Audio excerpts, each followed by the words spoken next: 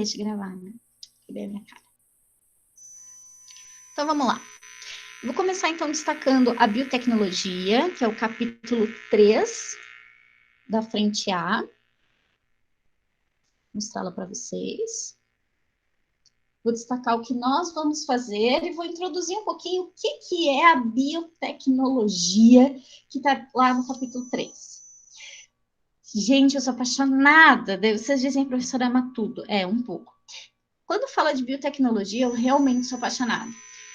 Quando eu estava na graduação, era uma esperança dos cursos técnicos da região de Santa Catarina, de Lages em específico, para abrir cursos técnicos na área de biotecnologia. E nada. E eu louca para cursar e não tinha nada. Quando eu me formei e fiz o mestrado, abriu. Então, a gente conseguiu. Eu não consegui cursar, mas eu consegui trabalhar, dar aulas em curso técnico de biotecnologia. Hoje, a região de Lages tem uma abrangência bem interessante em relação a essa ciência, a esse ramo da biologia. Justamente porque esse ramo ele tem a função de estudar as técnicas biológicas normalmente relacionadas à produção, à obtenção de produto, como que esse produto vai ser utilizado em relação aos contextos biológicos. Então, nós, como biólogos, podemos manipular em laboratório alguns seres que poderão dar qualidade de vida a outros grupos, a outras pessoas. E aí nós temos o contexto da palavra, e me chama muita atenção que o nosso material trouxe, ele está lá na página, deixa eu organizar aqui com vocês, muito livro no entorno. Ele está lá na página 29, é o capítulo 3. E ele traz o contexto da palavra biotecnologia. Então, bios, vida, técnico, técnica, logos, estudo. Então, aqui a gente estuda as técnicas de alguns processos biológicos para obtenção de produto, visando a qualidade de vida das pessoas. A biotecnologia, então, é uma ciência que trabalha com a biologia e com a tecnologia. A biologia no contexto de microbiologia, que é o estudo dos micro-organismos, a biologia celular, que é o que nós estamos tratando agora, a biologia molecular, que a gente vai tratar já no nosso contexto de primeira série, a genética, Professora, que é tema lá do nosso... Sim? eu já ia falar sobre a genética. Isso, a genética é a ciência dos genes, né? O estudo da hereditariedade. Então, como que a gente consegue olhar os filhos, identificar que ele tem alguma situação, alguma doença, ou até uma característica que é parecida com a dos pais. Como é que a gente faz para identificar isso? Então, a gente estuda os genes. O que são genes? São trechos do DNA, do cromossomo, que conseguem codificar proteínas. É claro que essa genética ela vai além do que a gente viu agora, porque agora a gente viu o contexto do gene no cromossomo. Mas a genética é o estudo justamente dos alelos que irão gerar características. Então, é uma ciência incrível a gente estudar lá no terceirão. A turma do terceirão já viu uma introdução de genética. A parte de fisiologia, que é o funcionamento dos organismos, a parte da evolução. A evolução é você entender os antepassados e como que eles chegaram até aqui. A ecologia, que é o estudo do meio ambiente, a relação dos seres com o meio. A botânica, a zoologia. Botânica, estudo das plantas, zoologia dos animais. E quando se fala de tecnologia, bioética, foi uma disciplina que eu trabalhei no curso técnico, amava a disciplina de bioética. Será que tudo que eu manipulo geneticamente está correto ou não, né? A tecnologia social, a parte do biodireito, bioempreendedorismo. Hoje tem muita gente abrindo empresas, desenvolvendo empresas voltadas para o bioempreendedorismo, então trabalhando com a biotecnologia, a partir da computação, da nanotecnologia, da engenharia, da eletroeletrônica e da robótica. E tudo isso a gente consegue condensar e formar a biotecnologia. Aqui, como eu falei no início, a gente tem muitos cursos técnicos na região que querem embasar e criar profissionais voltados para o estudo da biotecnologia. O meu grande exemplo, a gente tem duas instituições aqui em Lages que oferecem esses cursos, tá? Tem o SEDUP, que é gratuito, mas é um curso integral, então os alunos estudam, fazem o ensino médio, já fazem a biotecnologia junto. E nós temos o IFSC, que é um curso subsequente, que você pode fazer depois da formação. Eu trabalhei no IFSC com biotecnologia, e lá a gente conseguia trabalhar com boa parte dessas ciências e conseguir estimular o estudo dessas ciências para os alunos, né? Então, eles conseguiam ir no laboratório, estudar fisiologia, estudar biologia celular, compreender isso pelo ramo da bioética lá dentro do curso técnico. E a função deles, enquanto profissional, é desenvolver produtos, buscar técnicas para melhorar a saúde da população, para avanços na agricultura, para avanço nas indústrias e também para a questão do meio ambiente. Por incrível que pareça, hoje a nanotecnologia é utilizada para descontaminação de rios.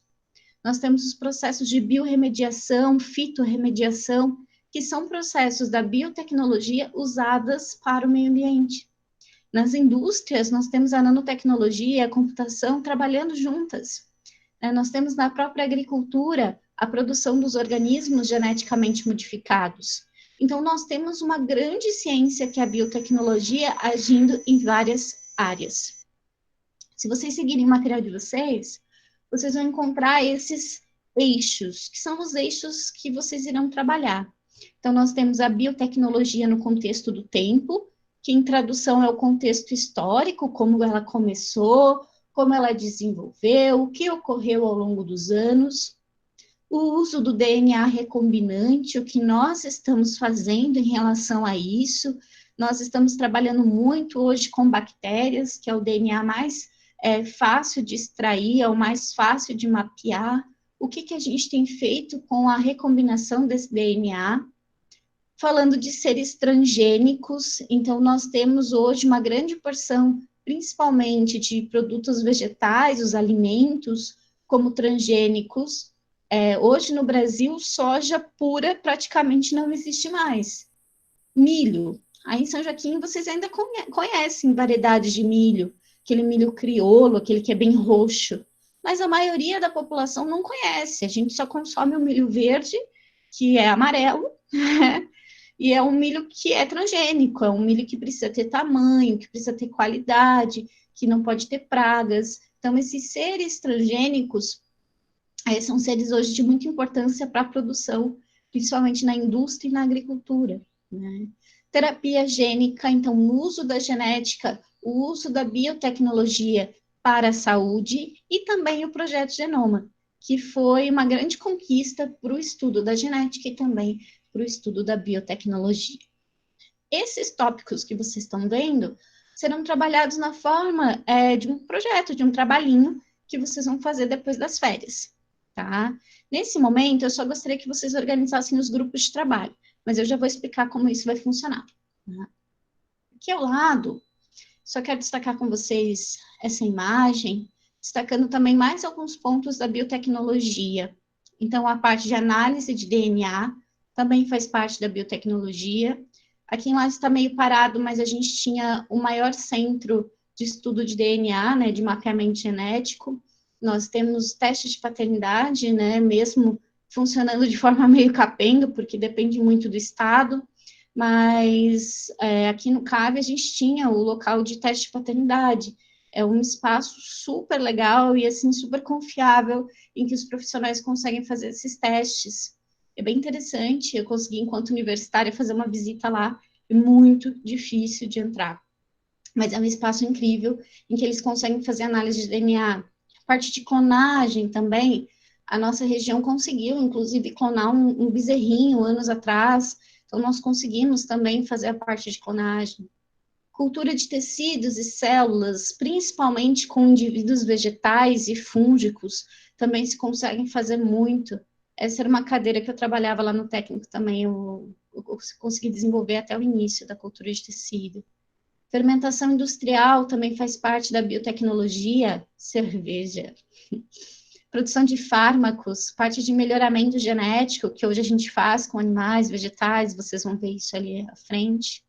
E eu gostaria de fazer um destaque aqui muito importante, que é a produção de vacinas. Hoje também faz parte do estudo da biotecnologia a produção das vacinas, como a gente tem acompanhado com o Covid-19, né? O pessoal está tentando desenvolver uma vacina e ele pode produzir essa vacina com vírus atenuado, por exemplo, com vírus inativo, e quem vai fazer essa manipulação normalmente é o indivíduo da biotech. Bom, quero mostrar a vocês como é que vai funcionar esse trabalho, tá? Então, vou mostrar aqui como ficou minha organização. Depois da nossa aula, no finalzinho da nossa aula, eu vou encaminhar lá no grupo de vocês, do grupo do WhatsApp, para que vocês possam organizar. Como eu falei, esse trabalho vai ficar para depois das férias, então vocês conseguem organizar ele essa semana, né? Quem vai participar do grupo, quem vai fazer o quê, mas vocês podem descansar e fazer esse trabalho na volta, né? Não tem uma data estipulada ainda. Nós temos os 5 temas que eu mostrei ali para vocês: a biotecnologia no TEM, DNA recombinante, seres transgênicos, terapia gênica e o projeto Genoma.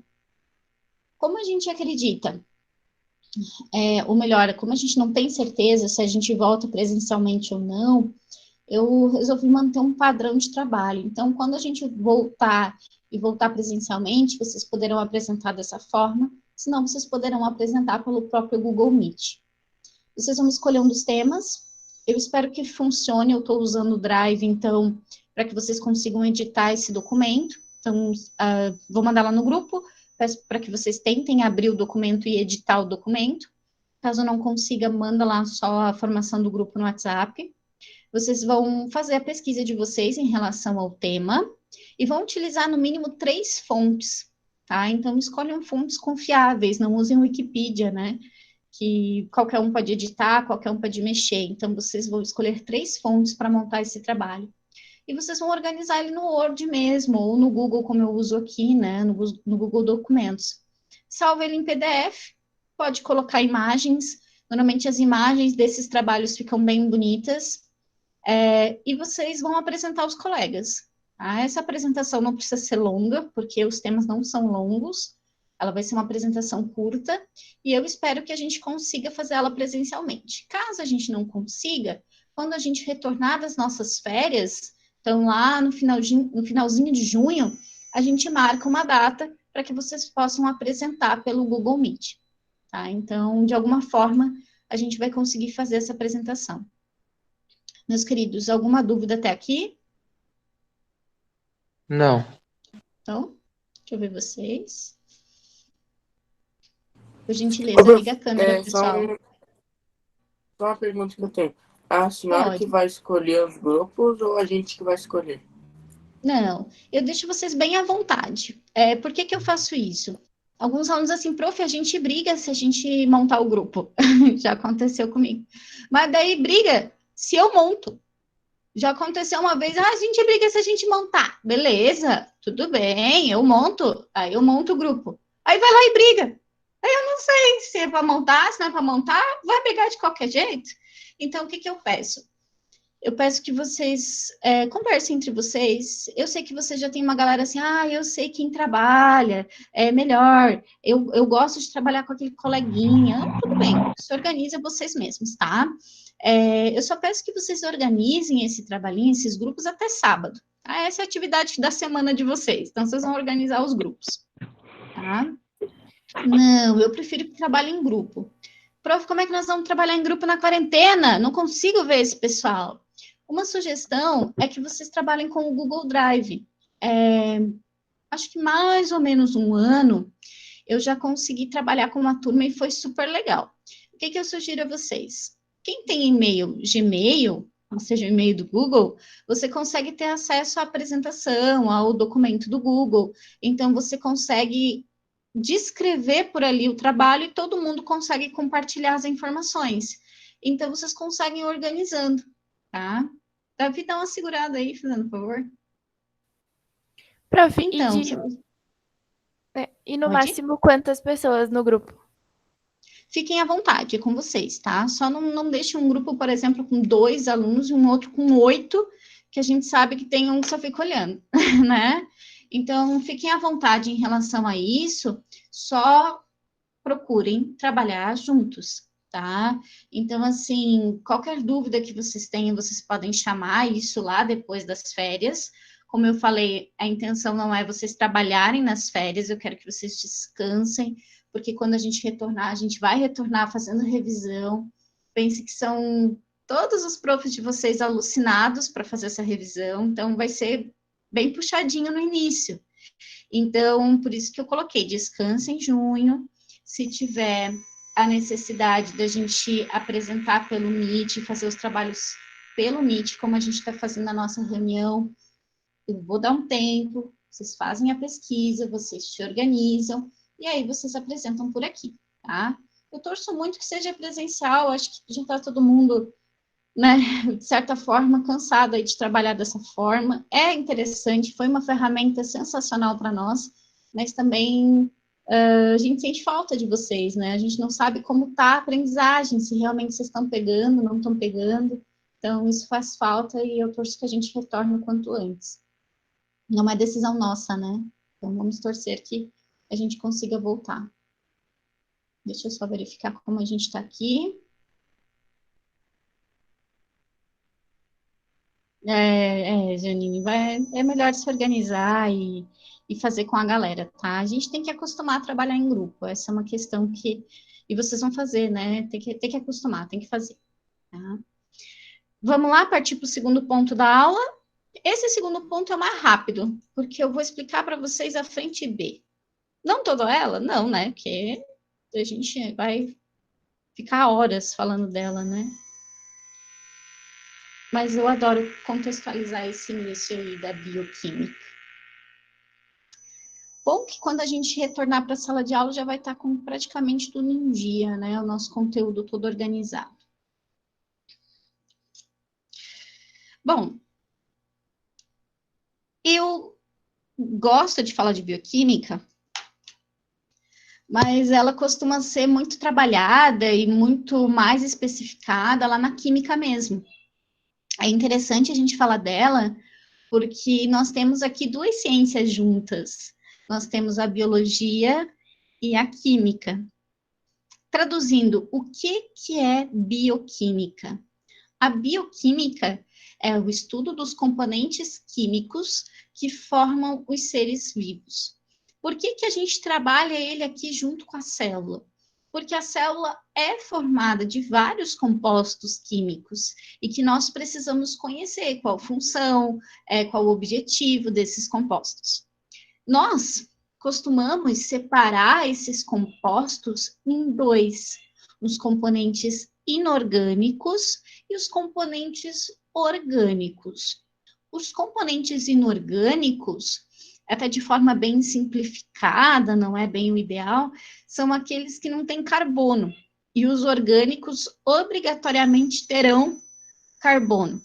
Aqui a gente só faz um destaque quando fala disso, é que os componentes inorgânicos também podem ter carbono em alguns grupos. Por exemplo, o gás carbônico, o CO2, ele é inorgânico e ele tem carbono, né? Então, só para facilitar um pouco o processo, a gente diz que os componentes orgânicos obrigatoriamente têm carbono na sua estrutura, e os inorgânicos não têm, isso quando a gente destaca a água e os sais minerais, tá? Então, não estou falando de todos os compostos, só desses componentes específicos, então a água e os sais minerais, tá? Os orgânicos são aqueles que terão carbono e aqueles elementos essenciais que a gente discutia lá no início do ano. Lembra que eu falava assim, existe uma composição química que forma todos os seres vivos, o famoso CHOMS, o carbono, o hidrogênio, o nitrogênio, o oxigênio. Então, são elementos que vão formar esses compostos orgânicos. Quais são os orgânicos? Então, nós temos os carboidratos, os lipídios, as proteínas, as vitaminas e os ácidos nucleicos. Se vocês olharem a frente B, vocês vão encontrar os carboidratos, os lipídios e as proteínas. No bimestre que vem, a gente vem estudando as vitaminas e os ácidos nucleicos. Então, a gente vê parte da bioquímica nesse bimestre. E a outra parte no bimestre que vem. tá? E eu gostaria, na aula de hoje, que é bem rapidinha, destacar o primeiro composto inorgânico, que é a água, né? Eu estou lá na página 5 da frente B, ok? Vocês poderão ouvir meu cachorro gritar, porque eu percebi que ela acordou, tá? Vamos falar de água? Inclusive, vou aproveitar e beber.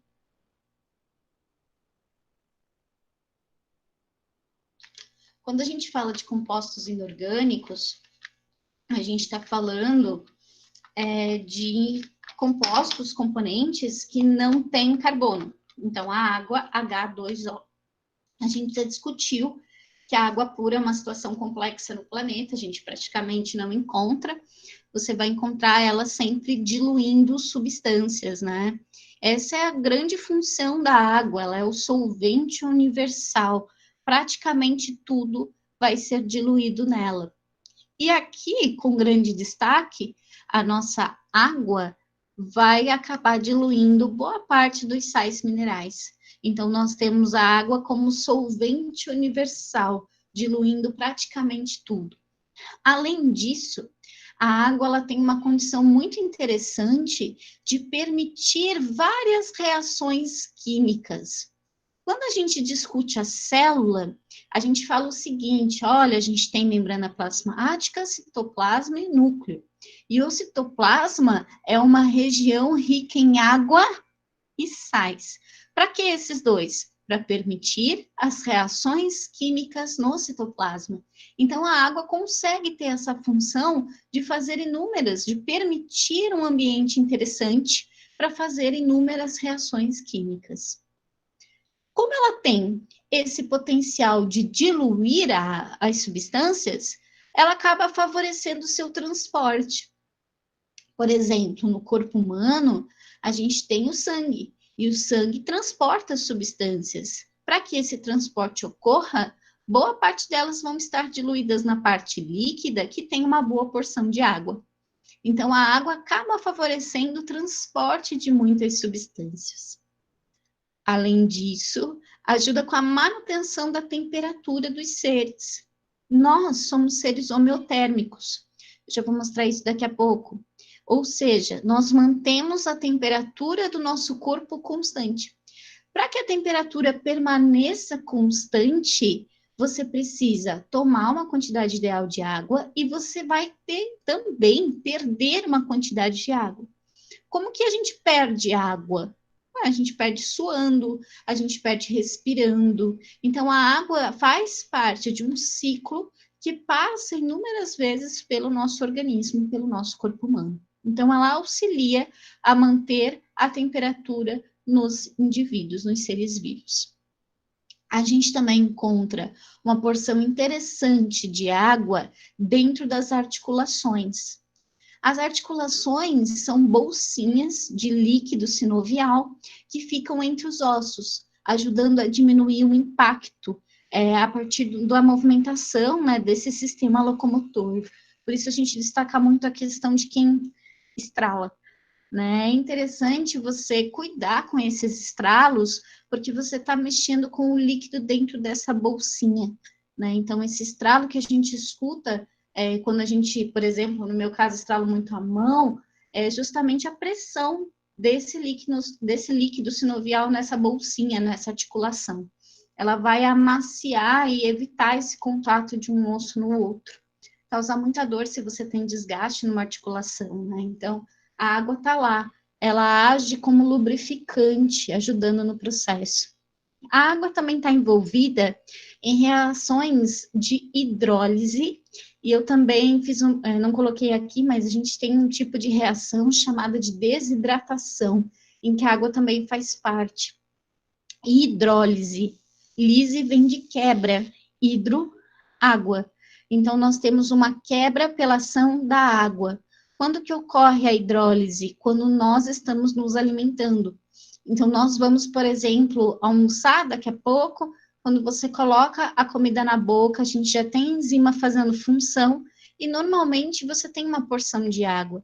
e a água entra para fazer a quebra de alguns alimentos, ajudando esse processo. Nós temos reações também de desidratação. Pode Professora, perguntar. você também colocou a questão na sala de aula que se a gente tomar bastante água, dissolve mais nutrientes também. E isso, quando a gente estudou a osmose também, a gente discutia isso, né? Então, é interessante a gente fazer esse consumo. A gente tem que tomar, e aí vem, né? 2 litros de água por dia.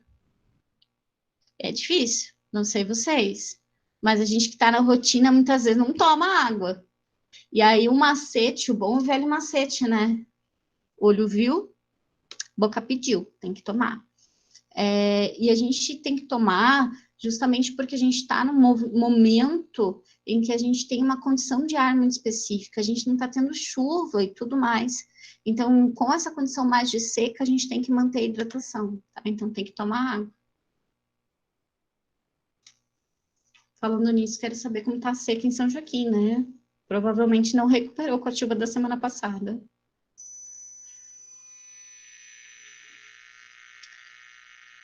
Bom, por fim, a gente tem o uso da água na fotossíntese. Tema do terceiro bimestre, discutir a fotossíntese, a gente destaca, né, e discute muito o uso da água. A água que tem a penetração na planta pela sua raiz é de extrema importância para o desenvolvimento dos seres. Como a gente viu lá no início do ano, toda a cadeia alimentar começa por um ser produtor, e esse ser precisa fazer fotossíntese. Então, o grande mistério da vida é a fotossíntese, né? A gente vai discutir que é um dos processos de maior importância para os seres vivos, é a fotossíntese. Então, a água, que é um componente inorgânico, ou seja, não tem carbono, é usada como solvente universal, transporta substâncias, faz manutenção de temperatura, está nas nossas articulações, age como lubrificante, faz parte das reações de hidrólise, então quebra partículas dos alimentos e vai fazer parte da fotossíntese.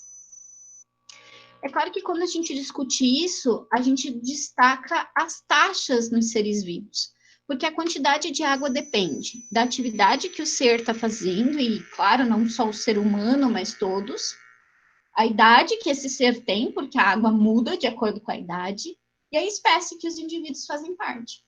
Por exemplo, quando a gente fala de atividade de água, atividade do corpo, que depende mais de água, a gente fala muito do sistema nervoso. O que é o sistema nervoso? É o encéfalo, a estrutura que tem o cérebro, o cerebelo, a ponte, o bulbo, e a medula óssea, com todos os seus nervos. Tem uma porção muito grande de água. Então, quando a gente fala de água no corpo humano, a gente fala de 2 pontos. Primeiro, o cérebro, como um ponto muito importante de água. A gente sabe que quando uma pessoa toma um balaço, vai para aquela cachaçada que eu sei que está todo mundo com saudade de fazer, que nessa quarentena a festa é só clandestina, a galera acaba tomando, e uma ação do álcool é retirar a água do organismo. Por isso que quando você está no barzinho tomando uma cerveja, o primeiro que levantou abre a porta do banheiro e começa aquela mijadeira caprichada, né? Então, a tendência é que a gente perca água, e perca água, inclusive, da estrutura do cérebro. Por isso que a gente tem alguns neurotransmissores que não passam da melhor maneira, e você tem aí os tipos, as escalas de bêbado. Vai ter o bêbado chato, vai ter o bêbado verdadeiro, por quê? Não tem água no cérebro, não passa o neurotransmissor, e você acaba causando aí a embriaguez e a formação dos bêbados. Mas a gente tem um ponto também muito importante, que tem uma grande circulação de água, que é o sangue. Nesse mapa que vocês estão vendo, nessa primeira figura, a gente tem aqui uma porção de água de em torno de 81% no sangue, e em torno de 75% no cérebro. Então, a gente depende de uma porção interessante de água em grande quantidade nestes órgãos, fazendo funções, por exemplo, no sistema nervoso central, de trazer e levar informações, e no caso do sangue, fazendo transporte de substâncias. É claro que quando a gente destaca a água no corpo humano, eu também não posso deixar de falar a quantidade. A gente sabe hoje que a gente tem em torno de 70% de água no nosso organismo. E essa água, como eu falei, é utilizada para funções principalmente no sistema nervoso central, no sangue. É o único lugar que tem água? Claro que não, gente. O nosso organismo precisa de água para ter funcionamento. Então, vocês conseguem observar que a gente tem bastante água no coração, né, principalmente na questão estrutural, no sangue, nos pulmões, na forma gasosa, fígado, né, que vai precisar para fazer suas funções. Mas que essa imagem do fígado aqui está parecendo um estômago, né? Legal. Rins, articulações, né? E nos ossos também uma certa porção. Tá? Então, vai depender a atividade que o organismo está fazendo para ter a quantidade de água específica. E a idade muda? Muda, com certeza. Um bebê, por exemplo, quando nasce, ele tem uma grande quantidade de água. Essa imagem até destaca a vocês, 75% a 80% de água. Se você acompanhar um bebê de até 2 anos, ele vai se virar para você e vai conseguir pegar o pé dele e botar o pé dele na boca. Por que ele consegue fazer isso? Porque ele tem ainda muita água no organismo dele e ele ainda tem muita elasticidade, justamente porque a água está relacionada com isso. Então, ele consegue pegar o pé dele e botar o pé dele dentro da boca. Tenta fazer isso com a sua avózinha. Não vai conseguir, porque ela tem uma menor porção de água, então também tem uma menor porção de elasticidade e, é claro, outros fatores. Uma das questões que chama atenção, que vale a brincadeira, e eu amava fazer isso com a minha avó, é você chegar perto da avó, quem tem avózinha faça isso. Depois da quarentena, não faça agora. Pegar a pele da avó e puxar. Como ela já tem uma porção menor de água, a pele acaba demorando muito para voltar. Então, também é relacionada à elasticidade e também essa porção, quantidade de água. É claro que não é só a água que interfere nisso, tem outros fatores também, tá? Então, a idade também pode ser um fator que determina a quantidade de água dos indivíduos, certo? E, por fim, nós temos a espécie. Cada espécie tem uma quantidade de água específica também.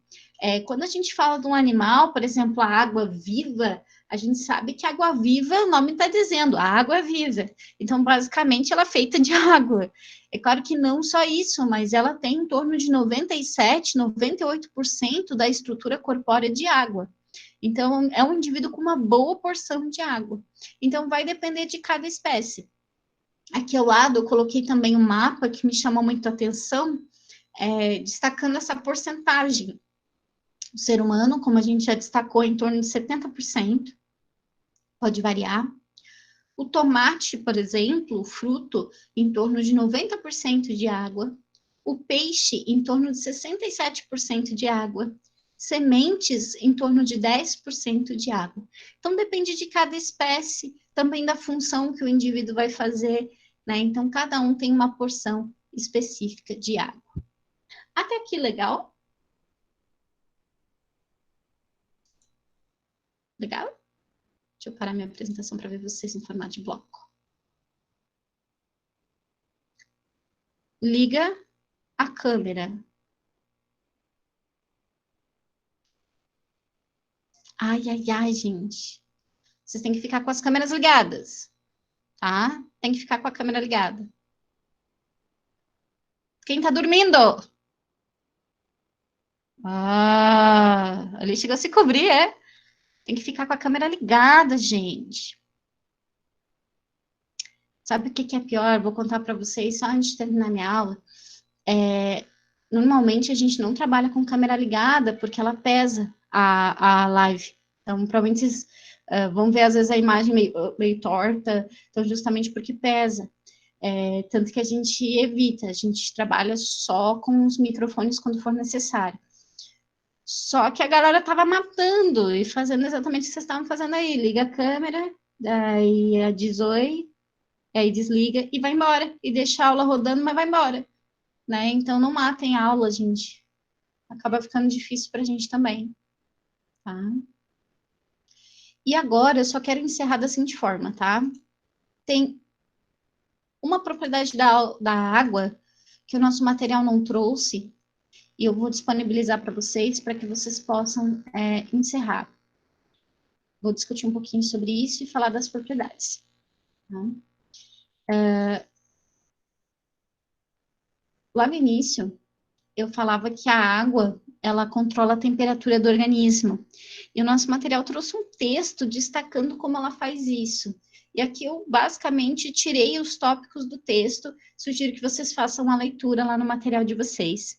Ele fala sobre os seres homeotérmicos, que então mantém a temperatura do corpo constante, e ele faz isso por meio das suas glândulas sudoríparas. Então, a gente tem o potencial de suar para perder água.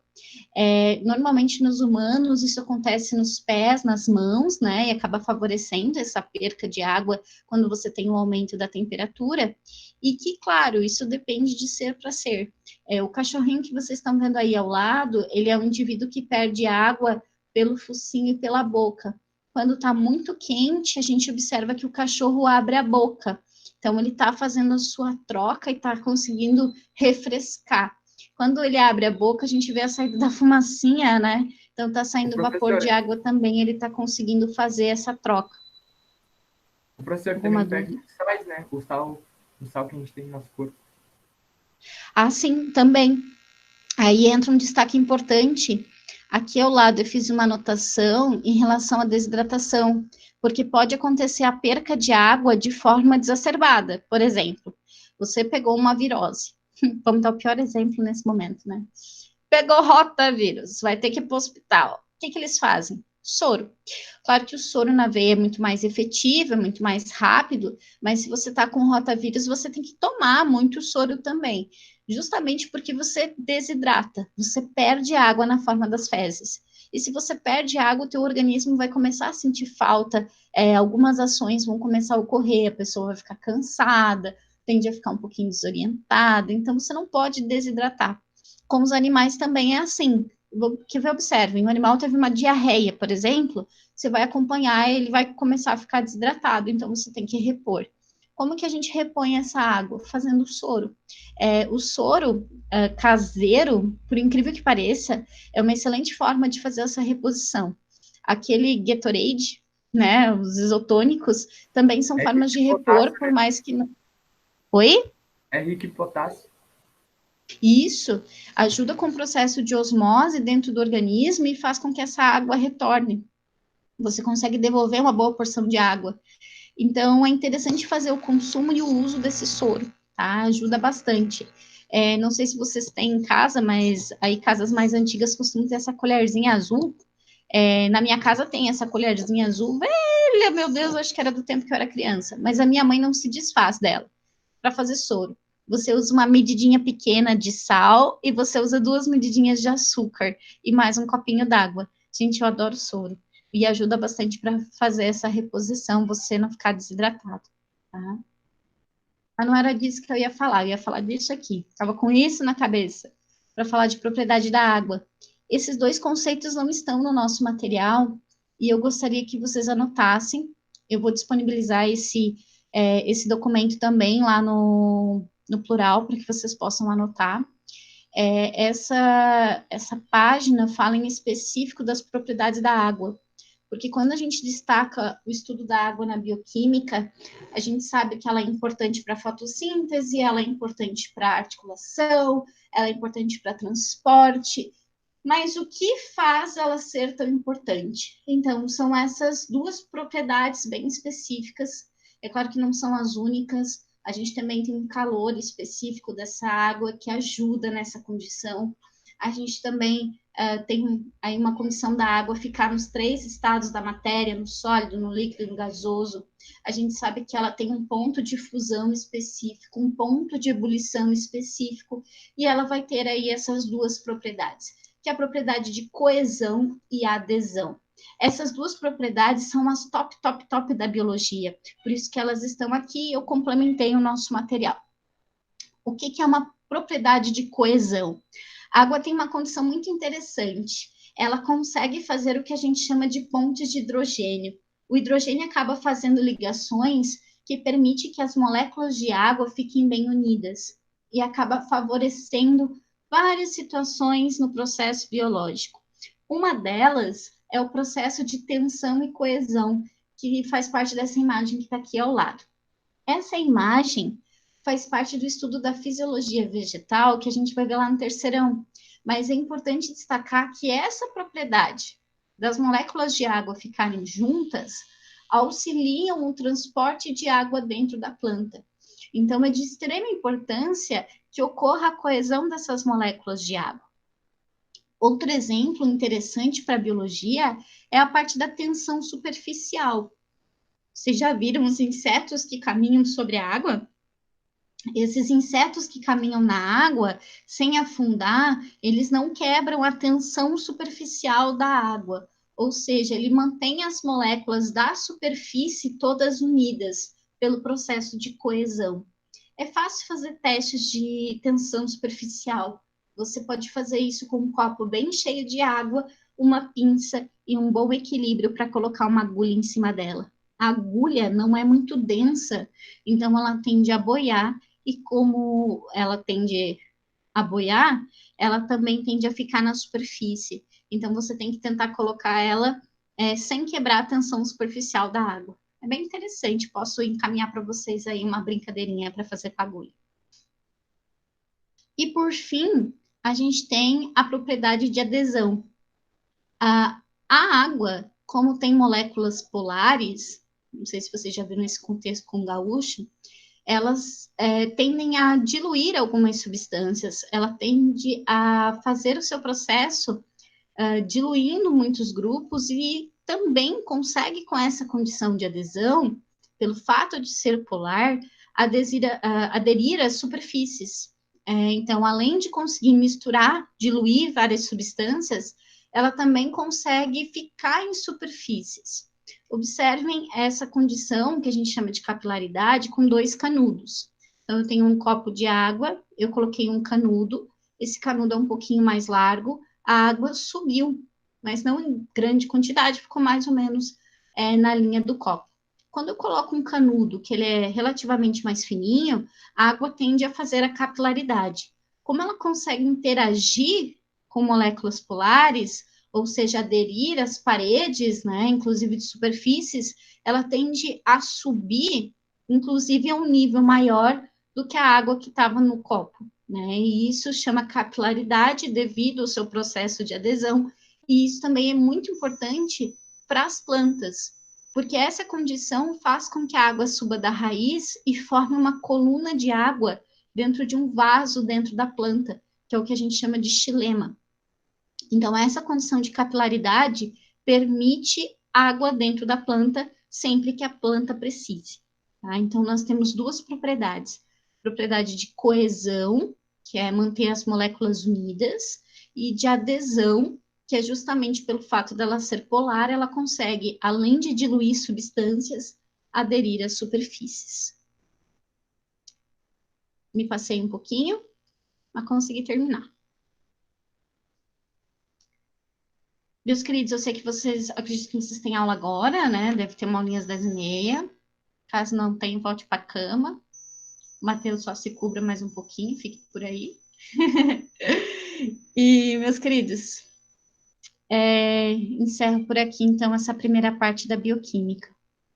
Eu volto com vocês depois das férias. Se Deus quiser, presencialmente. Estou até com saudade da estrada.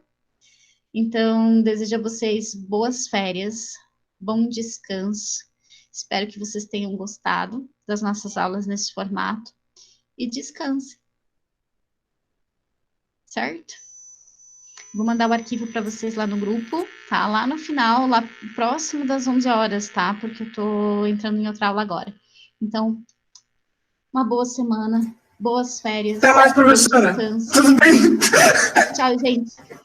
Tchau, Vejo vocês, tá? Vejo vocês depois das férias. Descansem, aproveitem bastante, tá? Até mais. Até mais. Tchau, prof. E gritos de felicidade, tá indo embora. Beijo, prof. Até. Tchau, querido. Professora. Beijo. Descansem, estudem bastante também. Tchau. Tchau.